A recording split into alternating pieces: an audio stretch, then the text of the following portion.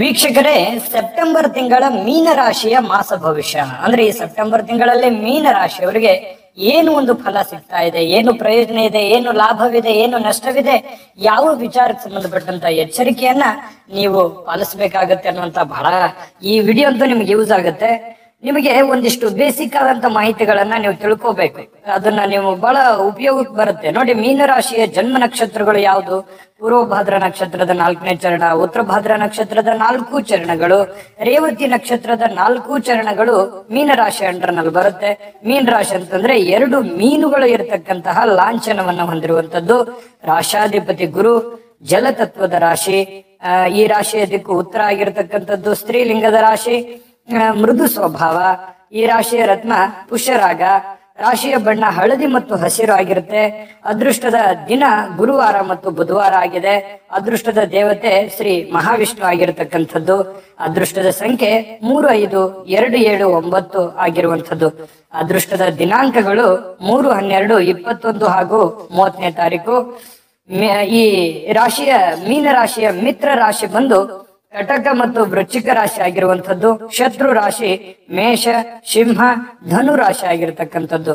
ಮೀನರಾಶಿಯವರಂದ ತಕ್ಷಣ ಯಾವತ್ತಿಗೂ ಕೂಡ ಭಾವಜೀವಿಗಳು, ಧಾರ್ಮಿಕ ಆಸಕ್ತರಾಗಿರುವಂಥದ್ದು. ಬಹಳಷ್ಟು ಕಷ್ಟ ಕಾರ್ಪಣ್ಯಗಳಿಂದ ಮೇಲೆ ಬಂದಿರತಕ್ಕಂತ ವ್ಯಕ್ತಿತ್ವ. ಸ್ತ್ರೀಯರೇ ಇರ್ಬೋದು, ಪುರುಷರೇ ಇರ್ಬೋದು.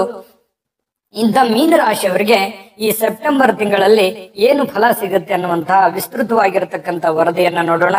ಅದಕ್ಕಿಂತ ಮುಂಚೆ ನಿಮ್ಮ ಹತ್ರ ಒಂದು ರಿಕ್ವೆಸ್ಟ್. ಫಸ್ಟ್ ಟೈಮ್ ಚಾನಲ್ ನೋಡ್ತಾ ಇದ್ರೆ, ಬಹಳ ದಿನಗಳಿಂದ ಚಾನಲ್ ನೋಡ್ತಾ ಇದ್ದು ಸಬ್ಸ್ಕ್ರೈಬ್ ಮಾಡ್ಕೊಂಡಿಲ್ಲ ಅಂತಂದ್ರೆ ದಯವಿಟ್ಟು ಈ ಕೂಡಲೇ ಈ ಚಾನಲ್ ಸಬ್ಸ್ಕ್ರೈಬ್ ಮಾಡ್ಕೊಳ್ಳಿ, ಬೆಲ್ ಐಕನ್ ಪ್ರೆಸ್ ಮಾಡಿ. ಫೇಸ್ಬುಕ್ ಅಲ್ಲೂ ನಮ್ಮ ಚಾನಲ್ ಸಿಗ್ತಾ ಇದೆ, ಫಾಲೋ ಮಾಡ್ಕೊಳ್ಳಿ ಅನ್ನುವಂತ ಮಾತನ್ನ ಹೇಳ್ತಾ ಬನ್ನಿ ಈ ಸೆಪ್ಟೆಂಬರ್ ತಿಂಗಳ ಒಂದು ಫಲವನ್ನ ನೋಡೋಣ. ನೋಡಿ, ಈ ಒಂದು ಚಿಂತೆ ಇರುತ್ತೆ ನಿಮ್ಮ ಮನಸ್ಸಿನಲ್ಲಿ, ಒಂದು ದುಗುಡ ಇರುತ್ತೆ, ಒಂದು ಭಯ ಇರುತ್ತೆ, ಒಂದು ಆತಂಕ ಇರುತ್ತೆ, ಆರ್ಥಿಕವಾಗಿರತಕ್ಕಂತ ಚಿಂತೆ ಇರುತ್ತೆ. ಬರುವಂತ ದುಡ್ಡು ಸಕಾಲಕ್ಕೆ ಬರುತ್ತಾ? ನಾನು ಕೊಡುವಂತ ದುಡ್ಡು ಎಲ್ಲವೂ ಸರಿಯಾಗಿ ನಾನು ಕೊಡ್ತೀನ? ಮತ್ತೆ 4 ಕಾಸು ನಾನು ಸಂಪಾದನೆ ಮಾಡ್ಕೋಬಹುದಾ? ಅಥವಾ ಕೆಲಸದಲ್ಲಿ ಕೆಲವೊಂದು ಒತ್ತಡ ಇದೆ, ನಾನು ಏನ್ ಮಾಡ್ಲಿ? ನಿಂತು ಹೋಗಿದೆ ಕೆಲವೊಂದು ಕೆಲಸಗಳು, ಅದನ್ನ ನಾನು ಯಾವ ರೀತಿ ಪ್ರಾರಂಭ ಮಾಡ್ಬೇಕು? ಹಣಕಾಸಿನ ವ್ಯವಸ್ಥೆಗಳನ್ನ ಯಾವ ರೀತಿ ನಾನು ಸರಿ ಮಾಡ್ಕೋಬೇಕು? ಕೆಲವೊಂದು ಜನಗಳಿಂದ ತೊಂದರೆ ಆಗ್ತಾ ಇದೆ, ಆ ಜನಗಳಿಂದ ನಾನು ಹೇಗ್ ಸರಿ ಮಾಡ್ಕೊಳ್ಳಿ ಅನ್ನುವಂತಹ ಸಾಕಷ್ಟು ವಿಚಾರಕ್ಕೆ ಸಂಬಂಧಪಟ್ಟಂತಹ ಮನಸ್ಸಿನಲ್ಲಿ ಕೆಲವೊಂದು ಗೊಂದಲಗಳು, ಆತಂಕಗಳು ನಿಮ್ಮ ಮನಸ್ಸಿನಲ್ಲಿ ಮನೆ ಮಾಡಿರ್ತಕ್ಕಂಥದ್ದು ಕಂಡು ಬರುತ್ತೆ. ನೋಡಿ, ಚಿಂತೆ ಮಾಡುವಂತದ್ರಿಂದ ಪ್ರಯೋಜನ ಏನೂ ಇಲ್ಲ. ಸಮಸ್ಯೆಗಳು ಜೀವನ ಅಂತಂದಾಗ ಸಮಸ್ಯೆಗಳು ಸಹಜವಾಗಿ ಇರುತ್ತೆ. ಆದ್ರೆ ಅದಕ್ಕೆ ತಾಳ್ಮೆ ಮತ್ತು ಬುದ್ಧಿವಂತಿಕೆ, ಸಮಯ ಪ್ರಜ್ಞೆ, ಇದನ್ನ ನಾವು ರೂಢಿಸ್ಕೊಂಡಾಗ ಖಂಡಿತವಾಗಿಯೂ ಸಮಸ್ಯೆಗಳು ಒಂದೊಂದಾಗಿ ಸಡನ್ ಆಗಿ ಎಲ್ಲ ಸಮಸ್ಯೆಗಳು ಸರಿ ಆಗಲ್ಲ. ಒಂದೊಂದಾಗಿ ಹಂತ ಹಂತವಾಗಿ ಆ ಸಮಸ್ಯೆಯಿಂದ ನಾವು ಹೊರಗಡೆ ಬರಲಿಕ್ಕೆ ಅನುಕೂಲ ಆಗತ್ತೆ, ಅನುಗ್ರಹ ಆಗತ್ತೆ ಅನ್ನುವಂಥದ್ದು ನೀವಿಲ್ಲಿ ಗಮನಿಸಬೇಕಾಗತ್ತೆ. ಅದಕ್ಕೆ ತಾಳ್ಮೆ ಮತ್ತು ಬುದ್ಧಿವಂತಿಕೆ ಅನ್ನುವಂಥದ್ದು ಬಹಳ ಮುಖ್ಯ. ಸಮಯಕ್ಕೆ ಸರಿಯಾದಂತಹ ನಿರ್ಧಾರ ತೆಗೆದುಕೊಳ್ತಕ್ಕಂಥದ್ದು ಇನ್ನೂ ಅತಿ ಅವಶ್ಯಕವಾಗಿರ್ತಕ್ಕಂಥ ವಿಚಾರ. ನೋಡಿ, ಮಕ್ಕಳ ವಿಚಾರದಿಂದ ಏನಾಗುತ್ತೆ, ಸ್ವಲ್ಪ ಚಿಂತೆ ಇರುತ್ತೆ. ಮಕ್ಕಳಿಗೆ ಏನೋ ವಿದ್ಯಾಭ್ಯಾಸ ಕೊಡಿಸಬೇಕು, ಒಳ್ಳೆ ಮದುವೆ ಮಾಡಬೇಕು, ಒಳ್ಳೆ ಕೆಲಸವನ್ನ ಕೊಡಿಸಬೇಕು, ಅವರಿಗೆ ಬೇಕು ಬೇಡಗಳನ್ನ ತಂದು ಕೊಡಬೇಕು ಅನ್ನುವಂತಹ ಚಿಂತೆ ನಿಮ್ಮ ಮನಸ್ಸಿನಲ್ಲಿ ಮನೆ ಮಾಡಿರುತ್ತೆ. ಜೊತೆಗೆ ಪತ್ನಿಗೆ ಅಥವಾ ಪತಿಗೋ ಮನೋವ್ಯಾಧಿಗಳು, ಮನಸ್ಸಿನಲ್ಲಿ ಸಾಕಷ್ಟು ಚಿಂತೆಗಳು, ನೋವುಗಳು, ಹತಾಶೆಗಳು ಈ ರೀತಿ ಇರುತ್ತೆ. ಅದರಿಂದ ಮೊದಲು ಹೊರಗಡೆ ಬರಬೇಕು. ಚಿಂತೆ ಜೀವನದಲ್ಲಿ ಬಹಳಷ್ಟು ದೊಡ್ಡ ಮಾರಕವಾಗಿರುವಂತಹ ರೋಗ ಅದು. ಹಾಗಾಗಿ ಆ ಚಿಂತೆಯನ್ನ ಬಿಡಿ. ಧೈರ್ಯಂ ಸರ್ವತ್ರ ಸಾಧನಂ, ಧೈರ್ಯದಿಂದ ಮುನ್ನುಗ್ಗಿದ್ರೆ ಅಂದುಕೊಂಡಂತ ಕಾರ್ಯಗಳಲ್ಲಿ ಯಶಸ್ಸು ಅನ್ನುವಂಥದ್ದು ಸಿಗುತ್ತೆ. ಇದನ್ನ ಗಮನದಲ್ಲಿ ಇಟ್ಕೋಬೇಕು. ಕೆಲವೊಂದು ಜನರಿಗೆ ಉದ್ಯೋಗದಲ್ಲಿ ಕೆಲವೊಂದು ಬದಲಾವಣೆಗಳು, ಉದ್ಯೋಗದಲ್ಲಿ ಏರಿಳಿತಗಳು ಕಂಡು ಬರುವಂತಹ ಸಾಧ್ಯತೆಗಳು ಕಂಡು ಬರುತ್ತೆ. ಇನ್ನು ಈ ಸೋದರ ಸಂಬಂಧಿಗಳಿಂದ ಸ್ವಲ್ಪ ಕೆಲವೊಂದು ಹಣಕಾಸಿನ ವಿಚಾರದಲ್ಲೋ ಅಥವಾ ಕೊಡುಕೊಳ್ಳುವಿಕೆ ವಿಚಾರದಲ್ಲೋ ಒಂದಿಷ್ಟು ವ್ಯವಹಾರಗಳು ನಡೆಯುವಂತ ಸಾಧ್ಯತೆಗಳಿದೆ. ವಿದ್ಯಾರ್ಥಿಗಳಿಗೆ ಪರೀಕ್ಷೆಯಲ್ಲಿ ಸ್ವಲ್ಪ ನಾನು ಅಂದುಕೊಂಡಂತ ರಿಸಲ್ಟ್ ತಗೋತೀನಾ ಇಲ್ವಾ, ಅದ್ರಲ್ಲಿ ನನಗೆ ಸಕ್ಸಸ್ ಸಿಗುತ್ತಾ ಇಲ್ವಾ ಅನ್ನುವಂತ ಒಂದು ಚಿಂತೆ ನಿಮ್ಮ ಮನಸ್ಸಿನಲ್ಲಿ ಕಾಡ್ತಾ ಇರತಕ್ಕಂಥದ್ದು. ವ್ಯಾಪಾರಿಗಳಿಗೆ ಏನಾಗುತ್ತೆ ನೋಡಿ, ಕಾಂಪಿಟೇಷನ್ ಜಾಸ್ತಿ ಇರುತ್ತೆ. ಯಾವ್ದೋ ನೀವು ವ್ಯಾಪಾರ ಮಾಡ್ತಾ ಇದ್ರೆ ಅದರಲ್ಲಿ ಲಾಭವನ್ನು ಗಳಿಸ್ತಾ ಇದ್ರೆ ಅಂತಂದ್ರೆ ಮತ್ತೆ ಬೇರೆ ಅದೇ ತರದ ಒಂದು ವ್ಯಾಪಾರ ಶುರು ಮಾಡುವಂಥದ್ದು, ನಿಮಗೆ ಕಾಂಪಿಟೇಷನ್ ಕೊಡುವಂಥದ್ದು, ಅಥವಾ ಸ್ವಲ್ಪ ವ್ಯಾಪಾರದಲ್ಲಿ ಕಡಿಮೆ ಆಗುವಂಥದ್ದು, ಈ ರೀತಿಯಾಗಿರುವಂತಹ ಕೆಲವೊಂದು ಬದಲಾವಣೆಗಳು ಕಂಡು ಬರುವಂತಹ ಸನ್ನಿವೇಶಗಳಿದೆ. ಚಿಂತೆ ಮಾಡಬೇಡಿ. ನೀವು ನೆಕ್ಸ್ಟ್ ಲೆವೆಲ್ ಅಪ್ಡೇಟ್ ಆಗುವಂತ ಪ್ರಯತ್ನವನ್ನ ಮಾಡಿ ಖಂಡಿತವಾಗಿಯೂ ನಿಮಗೆ ಅನುಕೂಲಕರವಾದಂತಹ ಫಲ ಸಿಗುತ್ತೆ. ಜೊತೆಗೆ ಈ ಕೆಲವೊಂದು ಜನಗಳ ವಿಚಾರಕ್ಕೆ ಸಂಬಂಧಪಟ್ಟಂತ ಎಚ್ಚರಿಕೆಯನ್ನ ನೀವು ಅನುಸರಿಸಬೇಕಾಗುತ್ತೆ. ಅದ್ರ ಬಗ್ಗೆ ಬಹಳಷ್ಟು ವಿಚಾರಗಳು ನಾನು ನಿಮ್ಗೆ ತಿಳಿಸೋದಿದೆ. ಈ ವಿಡಿಯೋದಲ್ಲಿ ನೀವು ತಿಳಿದುಕೊಳ್ಳಲೇ ಬೇಕಾಗಿರ್ತಕ್ಕಂಥ ಮಾಹಿತಿ ಇದಾಗಿರ್ತಕ್ಕಂಥದ್ದು. ಅದಕ್ಕಿಂತ ಮುಂಚೆ ಬಹಳ ಅದ್ಭುತವಾಗಿರ್ತಕ್ಕಂಥ ಒಂದು ವಿಡಿಯೋ ಇದೆ, ನೋಡ್ಕೊಂಡ್ ಬನ್ನಿ. GB predictions. ನಿಮಗೆ ನಿಮ್ಮ ಮುಂದಿನ ಭವಿಷ್ಯ ಹೇಗಿದೆ ಅಂತ ತಿಳಿದುಕೊಳ್ಳುವ ಕುತೂಹಲ ಇದೆಯಾ? ಹಾಗೂ ನಿಮ್ಮ ಮಕ್ಕಳ ಮುಂದಿನ ಭವಿಷ್ಯ ಹೇಗಿದೆ ಅನ್ನುವಂತಹ ಕುತೂಹಲ ಕೂಡ ಇದ್ದೇ ಇರುತ್ತೆ ಅಲ್ವಾ? ಹಾಗಾದರೆ ನಿಮಗೆ ನಿಮ್ಮ ಜಾತಕದ ಅವಶ್ಯಕತೆ ಇದೆ. ಹಾಗಿದ್ದರೆ ಇಲ್ಲಿದೆ ನಿಮಗೆ ಸುವರ್ಣಾವಕಾಶ. JB ಪ್ರೆಡಿಕ್ಷನ್ಸ್ ಅವರು ನೀಡುತ್ತಿರುವ ಜಾತಕಗಳನ್ನು ಈಗಲೇ ಆರ್ಡರ್ ಮಾಡಿ. ವಿದ್ಯಾಭ್ಯಾಸ, ಉದ್ಯೋಗ, ವಿವಾಹ, ಆರೋಗ್ಯ, ಸಂತಾನ, ವ್ಯಾಪಾರ ವ್ಯವಹಾರ, ಇನ್ನು ಜಾತಕದಲ್ಲಿನ ಅನೇಕ ಮಾಹಿತಿಗಳು ನೀವು ಮನೆಯಲ್ಲಿಯೇ ಕುಳಿತುಕೊಂಡು ಸರಳವಾಗಿ ತಿಳಿದುಕೊಳ್ಳಬಹುದು. ಹಾಗೂ ಕೆಲ ಸಮಸ್ಯೆಗಳಿಗೆ ಪರಿಹಾರಗಳು ಕೂಡ ತಿಳಿದುಕೊಳ್ಳಬಹುದು. ವಿಶೇಷವಾಗಿ ಈ ಜಾತಕದಲ್ಲಿ ಗೋಚಾರ ಫಲಗಳು, ನಕ್ಷತ್ರ ಫಲಗಳು, ಪಂಚಾಂಗ ಫಲಗಳು, ದಶಾಫಲಗಳು, ಪರಿಹಾರಗಳು ಕೂಡ ಹಾಗೂ ಜನ್ಮಕುಂಡಲಿಯ ಸಂಪೂರ್ಣ ವಿಶ್ಲೇಷಣೆ ಇದರಲ್ಲಿ ಮಾಡಲಾಗಿದೆ. ಈ ಜಾತಕಗಳು ಎಲ್ಲ ಭಾಷೆಗಳಲ್ಲಿಯೂ ದೊರೆಯುತ್ತವೆ. ನಿಮ್ಮ ಜಾತಕಗಳು ಪಡೆಯುವ 2 ವಿಧಾನಗಳು ಈ ರೀತಿ ಇದೆ. ಮೊದಲನೇ ವಿಧಾನ, ನಿಮ್ಮ ವಾಟ್ಸಪ್ ಸಂಖ್ಯೆಗೆ PDF ಫೈಲ್ನ ಮೂಲಕ ಕಳಿಸಲಾಗುತ್ತದೆ. ನೀವು ಇದನ್ನ ಮೊಬೈಲ್ನಲ್ಲಿಯೇ ಉಪಯೋಗಿಸಬಹುದು. ಇದನ್ನ ಪ್ರಿಂಟ್ ಕೂಡ ಹಾಕಿಸಿಕೊಳ್ಳಬಹುದು. ಇದರ ಬೆಲೆ 1100 ರೂಪಾಯಿ ಇರುವಂತಹ ಈ ಜಾತಕ ಕೇವಲ 499 ರೂಪಾಯಿಗೆ ಸಿಗ್ತಾ ಇದೆ. ಎರಡನೇ ವಿಧಾನ, ನೀವು ಇರುವ ವಿಳಾಸಕ್ಕೆ ನಿಮ್ಮ ಸಂಪೂರ್ಣ ಜಾತಕವನ್ನ ಪುಸ್ತಕದ ರೂಪದಲ್ಲಿ ಕೊರಿಯರ್ ಅಥವಾ ಪೋಸ್ಟ್ನ ಮೂಲಕ ಕಳುಹಿಸಲಾಗುತ್ತದೆ. ಇದರ ಬೆಲೆ 1499 ರೂಪಾಯಿ ಇರುವಂತಹ ಈ ಜಾತಕ ಕೇವಲ 999 ರೂಪಾಯಿಗಳಿಗೆ ಸಿಗ್ತಾ ಇದೆ. ಪ್ರತಿಯೊಂದು ಜಾತಕ 60 ರಿಂದ 80 ಪುಟಗಳು ಒಳಗೊಂಡಿರುತ್ತವೆ.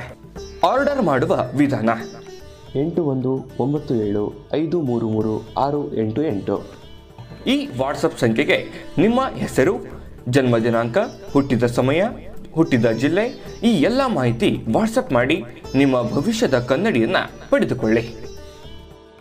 ನೋಡಿದ್ರಲ್ಲ ವೀಕ್ಷಕರೇ, ಇದು ಅಂತಿಂತ ಜಾತಕ ಅಲ್ಲ, ಆರ್ಡಿನರಿ ಜಾತಕ ಅಲ್ಲ. ಇದು ಭಾರತದ ಎಲ್ಲ ಭಾಷೆಗಳಲ್ಲಿ ಸಿಗುವಂತಹ ಜಾತಕ. 80 ರಿಂದ 100 ಪುಟದ ಸಂಪೂರ್ಣ ನಿಮ್ಮದೇ ಆದಂತ ಜನ್ಮ ಜಾತಕ ಫಲ ಇದಾಗಿರುವಂತದ್ದು. ನಿಮಗೆ ಅನುಕೂಲ ಆಗ್ಲಿ ಅಂತೇಳಿ ನೀವು ಇದ್ದಲ್ಲಿಯೇ ಕುಳಿತಲ್ಲಿಯೇ ನಿಮಗೆ ಆರ್ಡರ್ ಮಾಡ್ಕೊಂಡು ತರಿಸ್ಕೊಳ್ಳೋದಕ್ಕೆ ಅನುಕೂಲ ಮಾಡಿಕೊಟ್ಟಿರ್ತಕ್ಕಂಥದ್ದು JB ಪ್ರೆಡಿಕ್ಷನ್ಸ್. ಈಗಲೇ ಆರ್ಡರ್ ಮಾಡ್ಕೊಂಡು ತರಿಸ್ಕೊಳ್ಳಿ ನಂಬಿಕೆ ವಿಶ್ವಾಸದಿಂದ ಅನ್ನುವಂಥ ಮಾತನ್ನ ಹೇಳ್ತಾ, ನೋಡಿ, ಜನಗಳ ವಿಚಾರಕ್ಕೆ ಸಂಬಂಧಪಟ್ಟಂಗೆ ನೀವು ಒಳ್ಳೇದಿದ್ರು ಒಂದು ಮಾತು ಹೇಳ್ತಾರೆ, ಕೆಟ್ಟದಿದ್ರು ಒಂದು ಮಾತು ಹೇಳ್ತಾರೆ. ನೀವು ಎಷ್ಟೇ ಸಹಾಯ ಮಾಡಿದ್ರು ಕೂಡ ಒಂದು ಮಾತು ಬರುತ್ತೆ, ಸಹಾಯ ಮಾಡದೇ ಇದ್ರು ಒಂದು ಮಾತು ಬರುತ್ತೆ.